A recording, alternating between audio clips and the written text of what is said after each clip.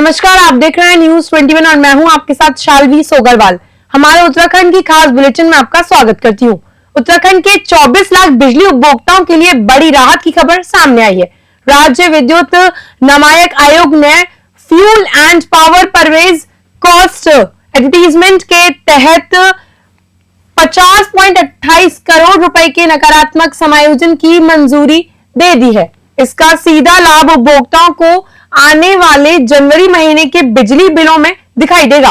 दरअसल बिजली खरीद लागत अनुमान से कम रहने के कारण नियामक आयोग ने यह राहत देने का निर्णय लिया है। आयोग की स्वीकृति के बाद बिजली वितरण निगम बिलों में स्वचालित रूप से यह समायोजन लागू करेगा, जिससे घरेलू और व्यावसायिक उपभोक्ता दोनों को फायदा मिलेगा। अधिकारियों के अनुसार यह कदम उपभोक्ताओं पर बढ़ते खर्च के बीच एक महत्वपूर्ण राहत साबित होगा।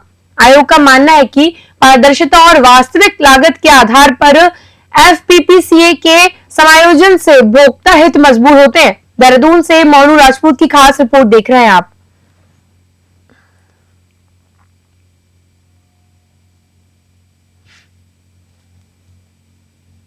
उत्तराखंड में सुरक्षा व्यवस्था और बढ़ती जाम की स्थिति पर नियंत्रण को लेकर ADG law and order Shri Gurushojan ने पुलिस मुख्यालय में वरिष्ठ अधिकारियों के साथ महत्वपूर्ण बैठक की। बैठक में राज्य की मौजूदा स्थिति का विस्तृत आकलन किया गया और सुरक्षा को मजबूत करने तथा जाम के समाधान के लिए नई रणनीति तैयार की गई। एडीजी गुरुगोशन ने बताया कि कानून व्यवस्था को बेहतर बनाने के लिए सभी जिलों को स्पष्ट दिशा निर्देश जारी कर दिए गए हैं। अधिकारियों ने बैठक के दौरान अतिरिक्त उपकरण और मैन पावर की जरूरत भी रखी, जिस पर विभाग स्तर पर गंभीरता पूर्वक विचार किया जाएगा। जाम से निपटने के लिए कई संवेदनशील क्षेत्रों में इंफ्रास्ट्रक्चर और बदलाव की मांग की गई है। उन्होंने बताया कि इस संबंध में जिला अधिकारियों से वार्ता हो चुकी है और आवश्यकता अनुसार सड़क चौड़ीकरण, ट्रैफिक रूट परिवर्तन तथा सिग्नल सुधार जैसे कदम उठाए जाएंगे। देहरादून से मोनू राजपूत की खास रिपोर्ट देख रहे हैं आप। देखिए, हमारे शहर में इवन डिस्ट्रिक्ट का जो ट्रैफिक व्यवस्था सुधरने के लिए हमने एक मंथन कराया है हमारा अफसर्स के साथ। इनका समस्या है कि कुछ मैन पावर की कमी है, उसे हम पूर्ति करने के लिए प्रयास करेंगे। दूसरा, जो अवेलेबल मैन पावर है उनसे हमने अच्छे से काम लेने के लिए ब्रीफ करें डेली और उनको मॉनिटर करें। हमारे सीईओ सब थानेदार हैं और हमने थानेदार लोगों के साथ भी हमने मीटिंग रखी थी उसे बीसी पे। उनका यह है कि भाई अतिक्रमण रोड पे जहाँ उसे चलते हुए ट्रैफिक का बाधा हो रहा है, उन्हें भी जिम्मेवारी हमारा एसओस का होगा। और तीसरा, हमारे ये फोकस है ड्रंकन ड्राइव, जो ड्रंकन ड्राइव है उसे खिलाफ सख्त कार्रवाई हो और उस पर हमारे हालांकि इन्होंने काफ़ी इम्प्रूव किया। पिछले साल से इस साल का काफ़ी एटलीस्ट 200% का चलान ज़्यादा हुए हैं, बट और भी इस पर हमको बिल्कुल टॉलरेट नहीं करना चाहिए जो भी ड्रंकन ड्राइव हो रही है और ओवर स्पीडिंग जिससे चलते एक्सीडेंट्स होते हैं। तीसरा, हमारा ट्रैफिक जहाँ पे भी जुलूस हो रहे हैं या मेला है उस समय ट्रैफिक का डाइवर्सन होता है, वो पहले हमारे जनता को पता हो जाए। हमारा वेबसाइट है, हमारा फेसबुक या सोशल मीडिया का थ्रू ट्रैफिक एडवाइजरीज जारी करें। सर, क्या लगता है कि जो ट्रैफिक देखिए, हमारे शहर में इवन डिस्ट्रिक्ट का जो ट्रैफिक व्यवस्था सुधरने के लिए हमने एक मंथन कराया है हमारा अफसर्स के साथ। इनका समस्या है कि कुछ मैन पावर की कमी है, उसे हम पूर्ति करने के लिए प्रयास करें। बाजपुर में उस समय हड़कंप मच गया जब बुधवार को एसडीएम डॉक्टर अमृता शर्मा ने नगर पालिका क्षेत्र में संचालित कॉमन सर्विस सेंटरों पर अचानक छापेमारी की। कार्रवाई के दौरान एसडीएम ने विधि एंटरप्राइजेज नामक एक सीएएससी सेंटर को अनियमितताओं के चलते सील कर दिया। जांच में पाया गया कि सेंटर का लाइसेंस ग्राम भीमकपुरी के लिए जारी किया गया था, लेकिन संचालन नगर पालिका के पास किया जा रहा था। इसके साथ ही लाइसेंस का 2 अलग अलग स्थानों पर इस्तेमाल किए जाने का भी खुलासा हुआ, जिसे नियमों का गंभीर उल्लंघन माना गया। छापेमारी के दौरान टीम ने कई संदिग्ध दस्तावेज कब्जे में लिए हैं, जो आगे की जांच में महत्वपूर्ण भूमिका निभा सकते हैं। एसडीएम डॉक्टर अमृता शर्मा ने स्पष्ट चेतावनी दी है कि क्षेत्र में इस प्रकार लाइसेंस दुरुपयोग और फर्जी तरीके से संचालित होने वाले सीएससी सेंटर के खिलाफ इसी तरह सख्त कार्रवाई आगे भी जारी रहेगी। बाजपुर से सलीम रजा की खास रिपोर्ट देख रहे हैं आप।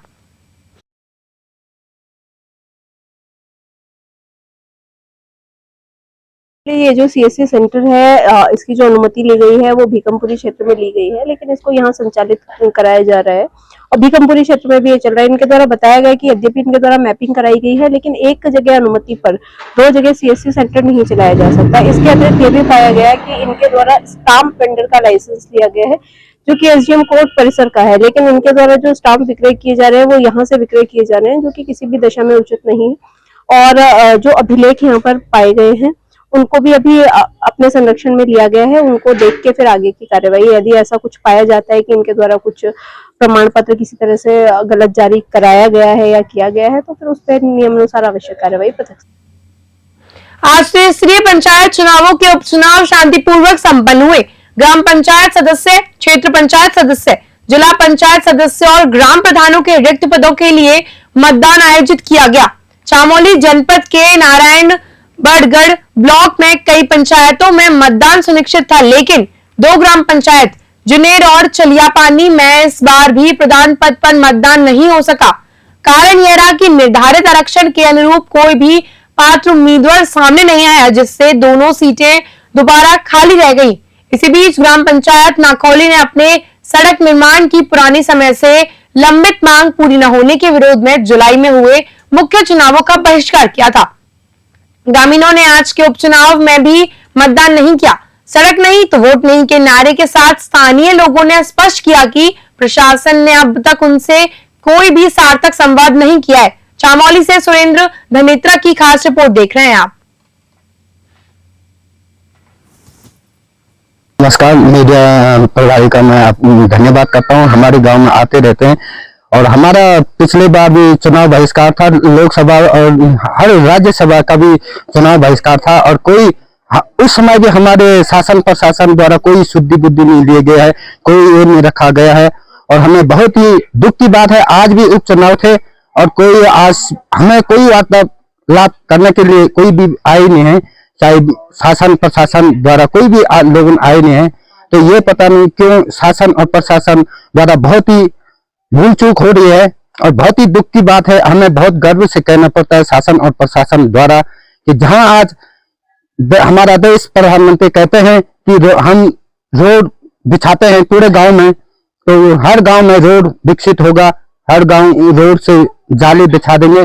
और बहुत ही दुख, हमारे गांव में आज 13 साल हो गए, 13-14 साल हो गए, तब से हम रोड की डिमांड। मैं मीडिया बंधुओं का धन्यवाद करता हूं। आप मतलब जो ग्राम पंचायतों की समस्या होते हैं उसको शासन प्रशासन तक पहुंचाने का काम करते हैं।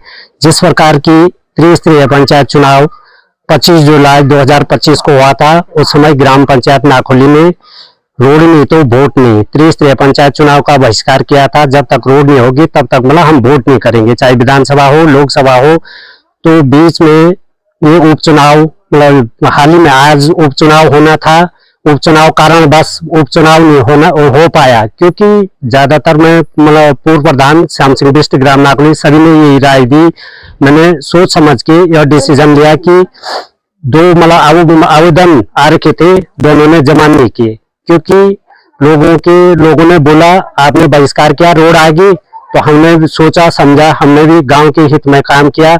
हमने कहा जब तक रोड नहीं होगी हमने टिकट जमा नहीं किया और कई बार हम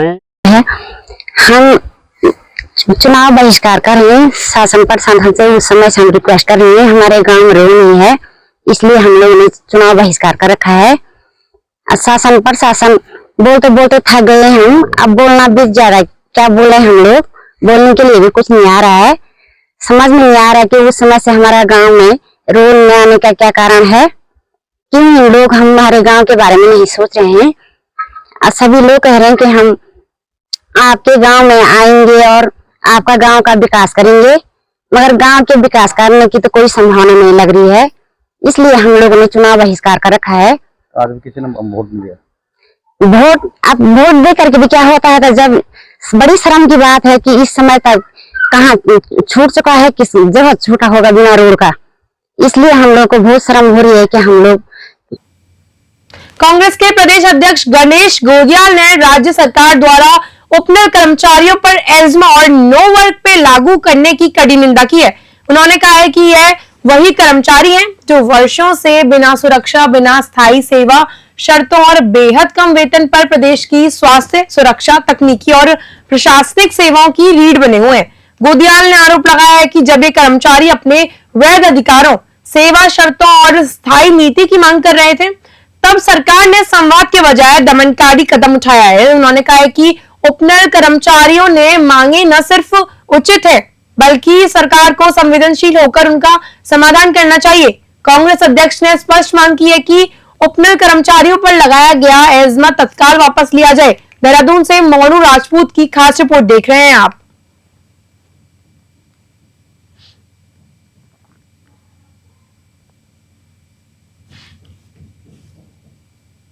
विधानसभा चुनाव में एनडीए को मिली प्रचंड जीत के बाद विपक्ष में निराशा का माहौल बना हुआ है। इसी बीच उत्तराखंड के पूर्व मुख्यमंत्री हरीश रावत ने भाजपा की चुनावी सफलता पर तीखा हमला बोला है। हरिद्वार पहुंचे रावत ने कहा कि भाजपा ने बिहार में 101 उम्मीदवार उतारे और 89 जीत गए, जो सामान्य लोकतांत्रिक परिस्थिति में असंभव जैसा है।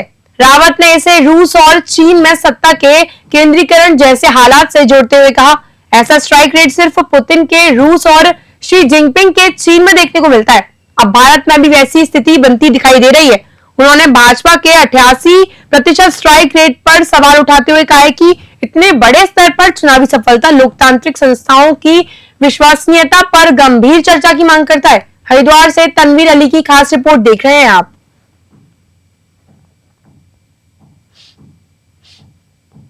एक बात बताओ, 101 कैंडिडेट खड़ा कर रही है भाजपा और 89 जीत जा रहे हैं। ये संभव है? कहीं हुआ है?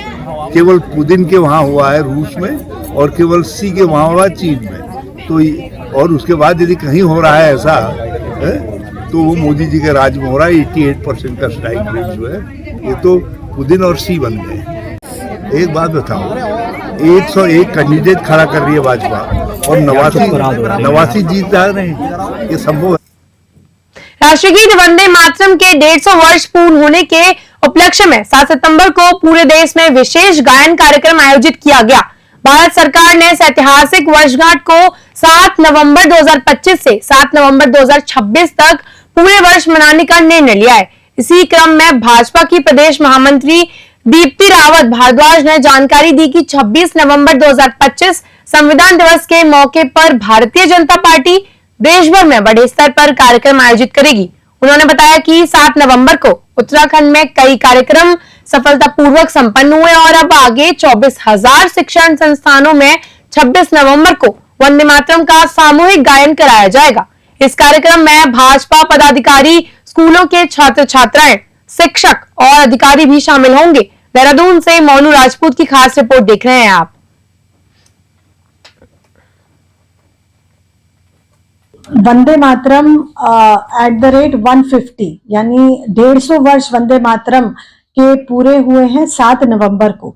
उसको लेकर संविधान दिवस 26 नवंबर तक हमारे पूरे कार्यक्रम भारतीय जनता पार्टी ने देश भर में करने का आयोजन किया है और कई जगह उत्तराखंड में भी हमने बहुत सारे स्थानों पे ये कार्यक्रम किए हैं। 7 नवंबर को तो हमने देहरादून और हल्द्वानी कार्यक्रम किए। हल्द्वानी में प्रदेश अध्यक्ष जी मौजूद रहे और देहरादून का जो कार्यक्रम था उसमें मुख्यमंत्री जी और साथ में सभी ब्यूरोक्रेट्स, ऑफिशियल सभी लोग यहाँ उपस्थित थे। तो इस तरीके से 7 नवंबर से जो हमारा कार्यक्रम शुरू हुआ और लगातार बहुत सारे स्कूल्स में, कॉलेजेस में जो हमारे बच्चे हैं वो कैसे इसमें डिबेट में, कंपटीशन में पार्टिसिपेट कर रहे हैं, इसको कैसे उनकी पूरी इस पर एक प्रैक्टिस चल रही है, अभ्यास चल रहा है कि पूर्ण वंदे मातरम उनको आए।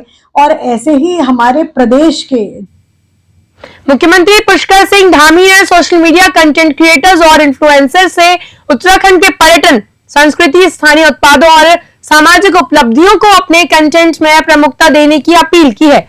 मुख्य सेवक सदन में आयोजित सोशल मीडिया मंथन कार्यक्रम में उन्होंने कहा कि सोशल मीडिया आज जानकारी का सबसे तेज माध्यम है जो आम नागरिकों की आवाज को सीधा मंच देता है और फेक न्यूज व नकारात्मक नैरेटिव का प्रभावी जवाब भी बन सकता है। सीएम ने बताया कि प्रधानमंत्री मोदी ने 2014 से डिजिटल प्लेटफॉर्म्स को शासन व्यवस्था का अभिन्न हिस्सा बनाया, जिससे संवाद, पारदर्शिता और जन भागीदारी बढ़ी। उन्होंने कहा कि मोदी जी के डिजिटल इकोसिस्टम यानी एक्स, फेसबुक, मन की बात और माई गाँव में भारत में डिजिटल गवर्नेंस की नई मिसाल कायम की है। धामी ने कहा कि प्रदेश सरकार भी डिजिटल उत्तराखंड के संकल्प पर कार्य कर रही है। देहरादून से मोनू राजपूत की खास रिपोर्ट देख रहे हैं आप।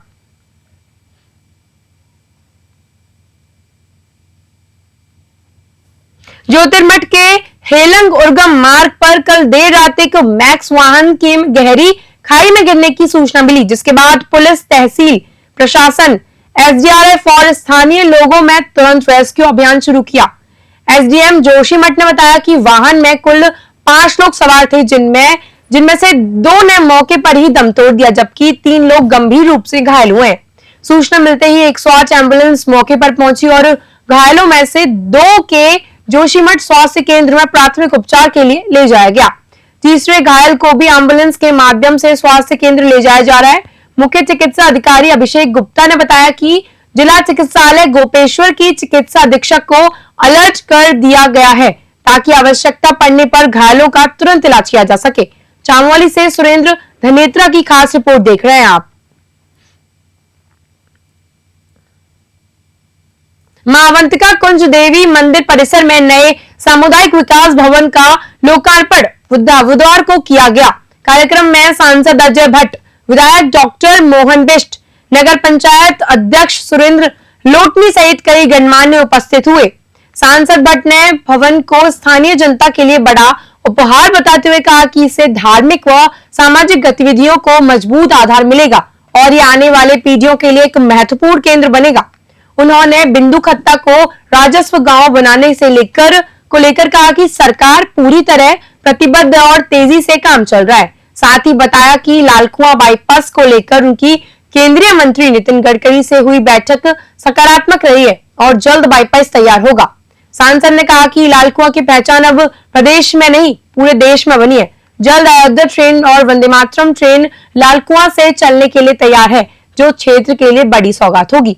लालकुआं से विनोद कुमार अग्रवाल की खास रिपोर्ट देख रहे हैं आप।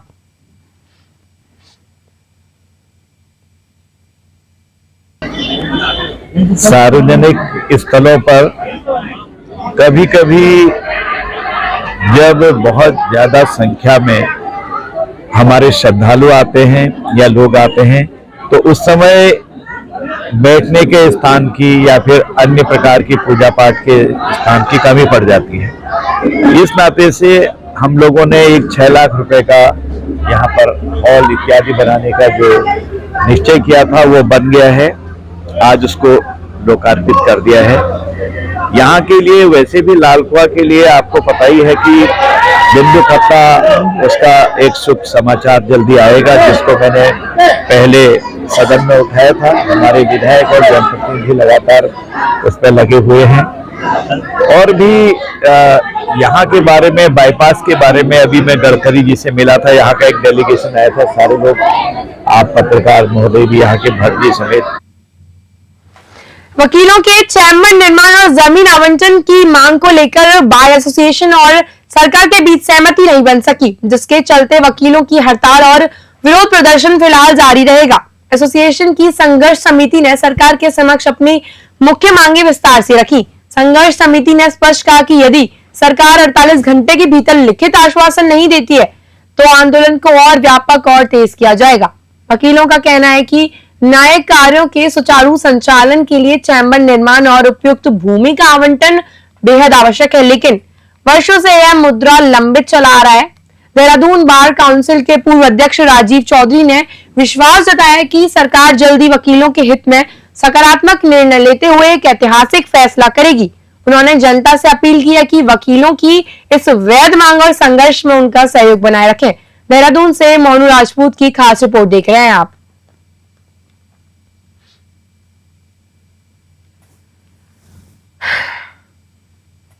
प्रदेश के कृषि एवं ग्राम्य विकास मंत्री गणेश जोशी आज सुबह परिवार सहित श्री बद्रीनाथ धाम पहुंचे, जहां उन्होंने विधिवत हवन यज्ञ और पूजा अर्चना कर भगवान बद्री विशाल से प्रदेशवासियों के सुख शांति और समृद्धि की कामना की। धाम में पहुंचकर मंत्री जोशी ने तीर्थयात्रियों से यात्रा व्यवस्था, सुरक्षा और सुविधाओं के बारे में फीडबैक भी लिया। उन्होंने वीकेटीसी द्वारा की गई तैयारियों की सराहना करते हुए कहा कि राज्य सरकार बड़े बद्रीनाथ मास्टर प्लान के तहत धाम में सुविधाओं को और सुरक्षित और आवागमन को और बेहतर बनाने के लिए लगातार काम कर रही है। यात्रा के दौरान मंत्री जोशी ने रावल तीर्थ पुरोहितों और हक हुकूक धारियों से भेंट कर धाम से जुड़े महत्वपूर्ण विषयों पर संवाद किया। साथ ही स्थानीय दुकानदारों से मिलकर उनकी समस्याएं और सुझाव भी सुने। बद्रीनाथ से मोनू राजपूत की खास रिपोर्ट देख रहे हैं आप। आज बद्री विशाल के दर्शन करने का सौभाग्य प्राप्त हुआ और बीकेटीसी द्वारा जो व्यवस्थाएं यहाँ पर की गई हैं बहुत अच्छी हैं। सभी बाहर से आए हुए श्रद्धालुओं से मैंने बात की, उनका भी ये कहना है कि हम देश में हर जगह जाते हैं, यहाँ के बीकेटीसी के कर्मचारियों का, यहाँ मंदिर के पुजारियों का, सभी का व्यवहार इतना अच्छा है कि हम उसको कह नहीं सकते, ये उनके शब्द थे। और क्योंकि अभी मास्टर प्लान के तहत इसका जीर्णोद्धार हो रहा है, कई व्यवस्थाएं पर्याप्त नहीं है, उसके बावजूद भी मानकों की अनदेखी कर hooter, dashboard light, retro silencer और फैंसी नंबर प्लेट बेचने वाली एक्सेसरी दुकानों पर परिवहन विभाग ने सख्त कार्रवाई की है। आरटीओ प्रशासन ने अद्भुत मंडल आश्रम के पास स्थित दर्जनों दुकानों पर छापेमारी की, जहां अवैध रूप से hooter, high beam light, modified silencer और अनियमित नंबर प्लेट खुलेआम बिकते पाए गए। टीम ने मौके से बड़ी मात्रा में संदिग्ध सामान जब्त किया। पिछले कुछ दिनों से गाड़ियों में हूटर और डैशबोर्ड लाइट लगाने के मामलों में बढ़ोतरी देखी जा रही थी, जिसके बाद परिवहन विभाग ने विशेष अभियान चलाने का निर्णय लिया। विभागीय अधिकारियों के अनुसार इन अवैध उपकरणों का इस्तेमाल सड़क सुरक्षा और यातायात नियमों का गंभीर उल्लंघन है। छापेमारी के दौरान कुछ व्यापारियों ने विरोध भी जताया, लेकिन टीम ने कार्रवाई जारी रखी। विभाग ने स्पष्ट किया कि सड़क पर अनधिकृत उपकरण लगाने और बेचने वालों के खिलाफ आगे भी सख्त कार्रवाई जारी रहेगी। हरिद्वार से तनवीर अली की खास रिपोर्ट देख रहे हैं आप। देखिए, जो मोटर वाहन अधिनियम का धारा 182A ये कहती है कि कोई भी व्यक्ति ऐसी कोई भी चीज़ नहीं बेच सकता है जो कि वाहनों में लगे और जो CMVR के नियमों के अनुरूप ना हो। तो उसी के क्रम में जब हमारी टीमें चेकिंग कर रही हैं तो उनको बहुत सारे ऐसे वाहन दिख रहे थे जिनमें प्रेशर हॉर्न या अनधिकृत तौर पे लगे हुए हूटर, फ्लैश लाइट्स लगे हुए थे।